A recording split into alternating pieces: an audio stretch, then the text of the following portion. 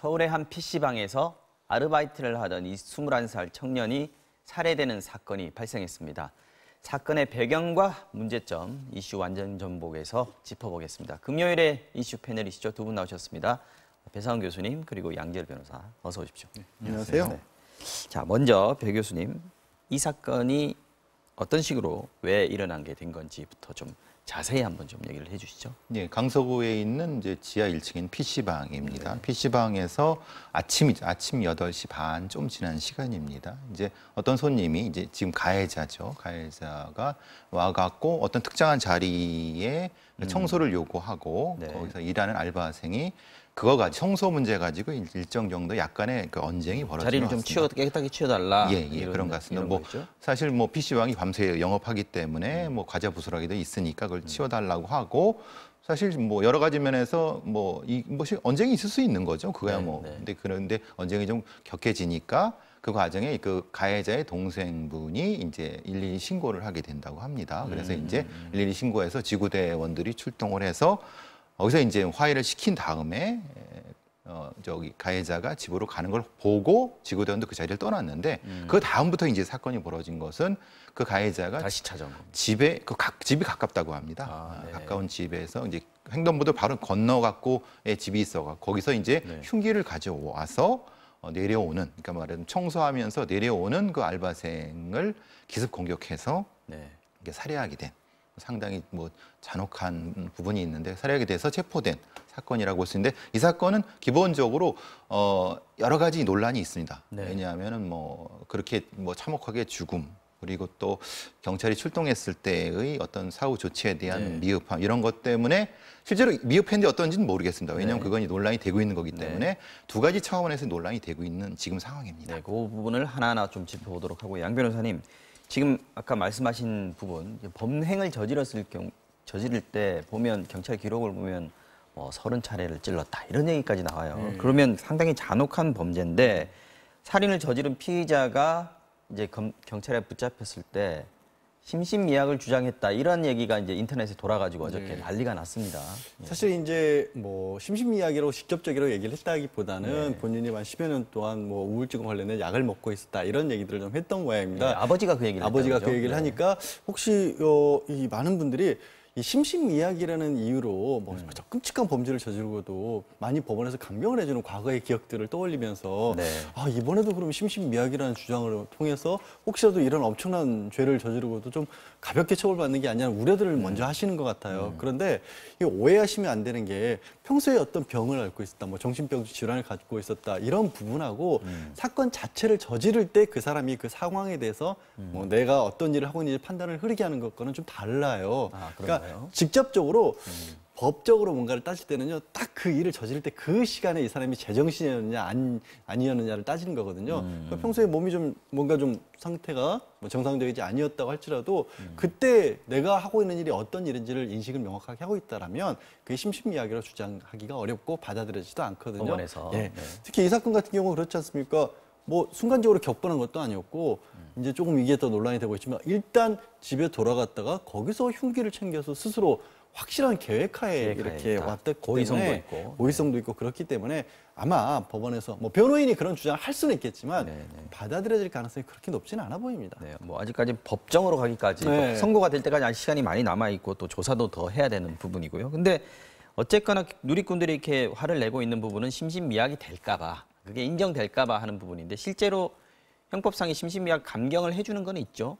그러니까 이전의 기억들이 아까 변호사 말씀하신 것처럼 우리가 많은 조두순 사건도 그랬고 강남역 화장실 살인 사건에서도 그런 논란이 분명히 있었죠. 우리 국민들의 기억 속에는 분명히 그런 기억이 있었으니까 지금 바로 그 얘기 나오니까 상당히 이 국민들께서 분노하시는 게 그런 부분이죠. 이 범인도 역시 그러지 않을까라고 하는 건데 아까 변호사 말씀하신 것처럼 그 부분은 그렇지는 않고 사안에 따라서 그리고 이건 분명히 그 당시에 이 사람이 상황을 변변할 수 있는 능력이 있었기 때문에 그 부분은 사실은 그렇게 뭐 주장한 것과 같이 이렇게 들지는 않은 것 같습니다.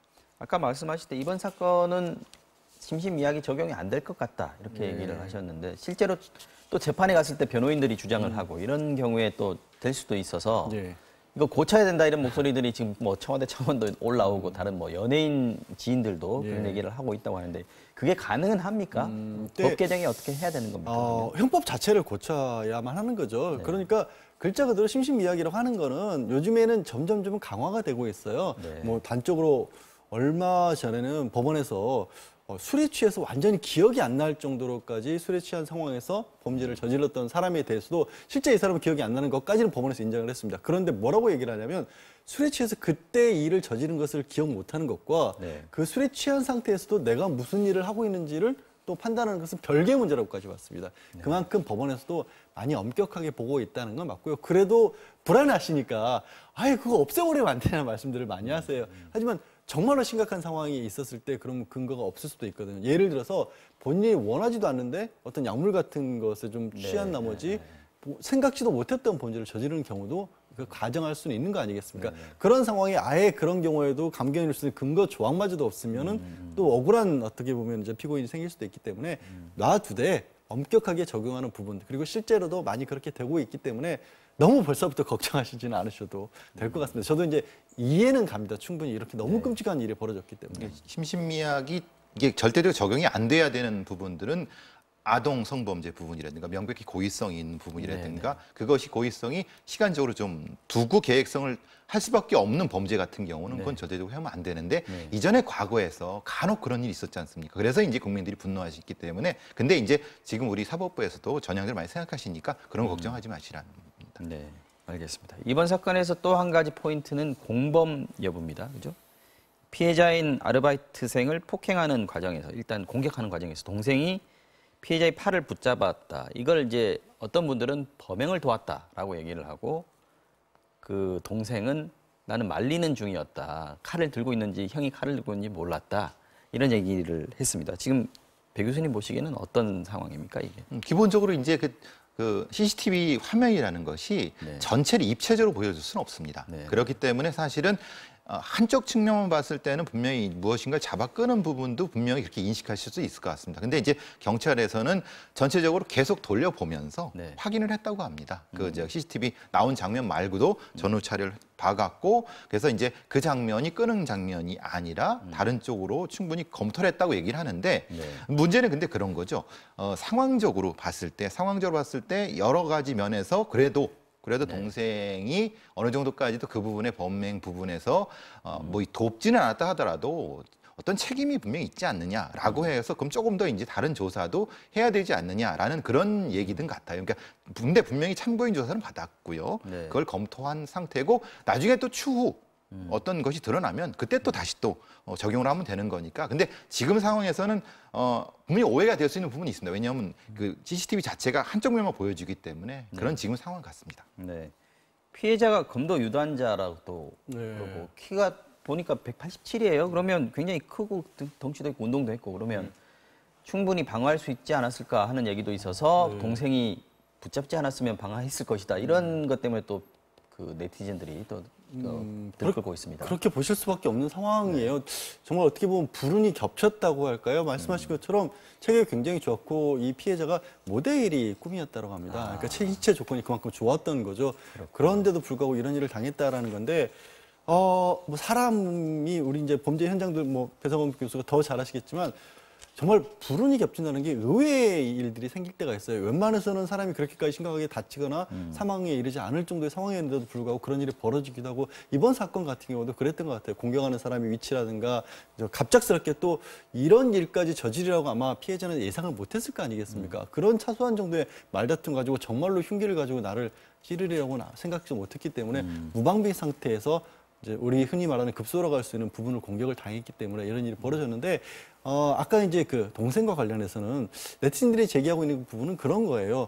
아니 말리려면 그 공격하는 사람을 말려야지 왜 피해자를 말리냐. 그리고 왜 말리는데 뒤에서 잡아 끄느냐. 앞을 가로막거나 해야 되는 게 아니냐. 그런 부분들에 분명히 의혹을 가질 만한 부분이 있기 때문에 경찰에서도 이제 워낙 사안이 심각하니까 좀 서둘러서 해명을 하려고 하셨던 것 같은데 그 해명이 또 받아들이기에 따라서는 왜 이렇게 심각한 사건에 대해서 빨리 그만 결론을 내리는 거냐.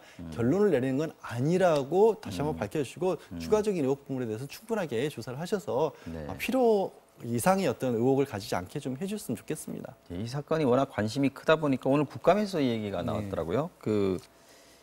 이 피해자가 지인에게 경찰이 초동 조치한 부분, 아까 사건 기억 설명하실 때 잠깐 나왔습니다만은 초동 조치를 잘못해가지고 이 살인 사건으로 번졌다 이렇게 주장하는 부분이 있거든요. 그 부분을 좀 한번 짚어주시죠. 전체적으로 이제 이 경찰이 출동했을 때는 말하자면 이 업소에서의 시비, 그러니까 업무방해 형태로 인지를 하고 코드가 제로가 아니라 한 2 정도로 생각했을 것 같습니다. 즉각적인 어떤 개입이라기보다 대체적으로 이제 가서 확인을 하고 정황을 파악한 다음에 했어야 되는 부분인데 문제는 이제 그 상황 자체가 조금 이제 애매한 거는 뭐냐면은 그 아침 시간에 그 가해자가 특정한 자리에 대한 뭐 요구를 하고 그래 시비가 붙었는데 사실 일반적인 상황은 아닌 부분은 맞습니다. 왜냐하면 아침에 PC방을 이용하는데 그 특정 자리만 해갖고 게임을 하겠다고 하고 그것을 일종의 고집을 부린 상황에서 알바생이 사실은 좀 상당히 의아한 상태에서 그 다툼이 벌어졌다고 하면은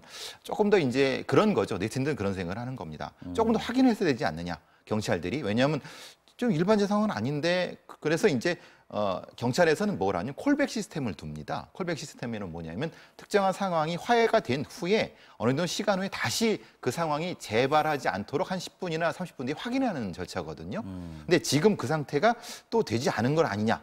그러니까 이제 상황이 자체가 막 쌓이고 쌓이는 상태가 되는 거죠. 그래서 지금 논란이 더 되는 겁니다.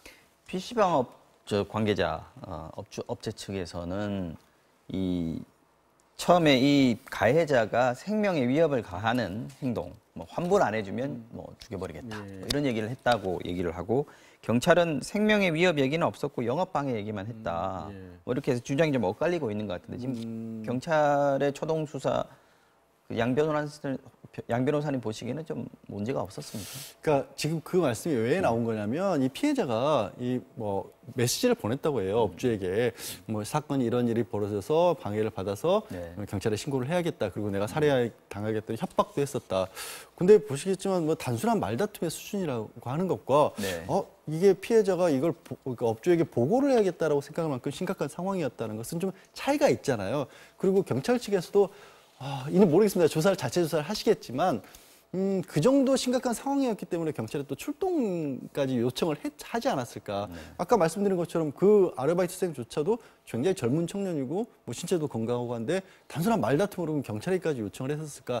이런 부분이 혹시라도 판단이 너무 가볍게 여긴 게 아닌지 이 부분도 좀 명확하게 조사는 할 필요가 있는 상황으로 보여요. 이제 경찰에서는 신고했을 때는 그 문자 메시지에 관한 내용을 듣지는 못했다라고 지금 얘기하고 있습니다. 이게 참 모호한 측면입니다. 그 부분에서는 경찰의 지금의 그러네요. 입장에서는 경찰관 직무집행법에서 어느 정도까지 개입을 해야 되느냐. 말하자면 업무방해를 넘어서서 흔히 말하는 그 말싸움 다툼까지 더 이상 어느 시간까지를 개입해서 흔히 말하는 화해시키고 있어야 되느냐.